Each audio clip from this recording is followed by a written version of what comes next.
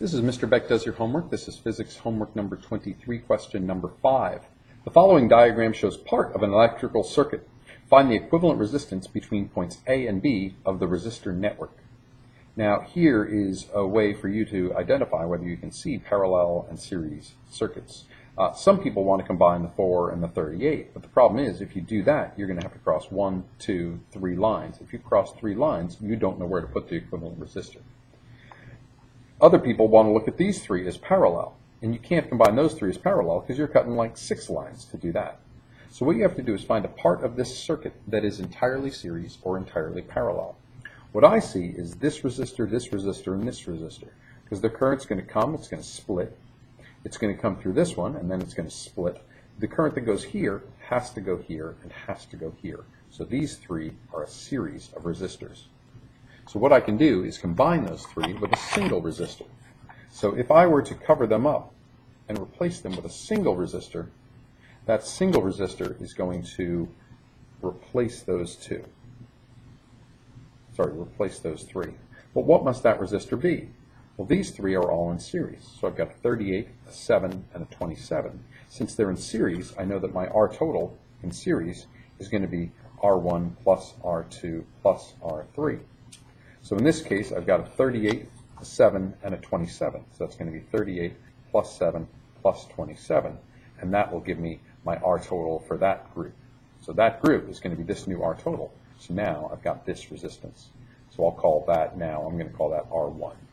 Because that's my first combination. I'm going to call that R1. So instead of R total, let me call this R1. Now I've got a resistor there. Well, now what can I combine? Turns out that this one and this one are in parallel with one another. So I can combine these 2 into a single resistor by replacing them in parallel. So now I'm going to have a single resistor here that's the combination of R1 and the 9 ohm resistor. So if I combine these 2, they are in parallel. So now I'm going to call that R2. So let me see R2. I know that 1 over R2 is going to be 1 over R1 plus 1 over 9. So I can combine those, and I'm going to get R2. So 1 over whatever this number was, plus 1 over 9. Don't forget to inverse it to get 1 over R2. So now I've got myself R2.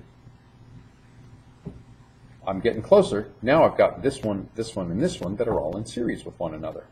So let me do those as a series. Let me take another sticky note and put it over all those and replace those with a single resistor.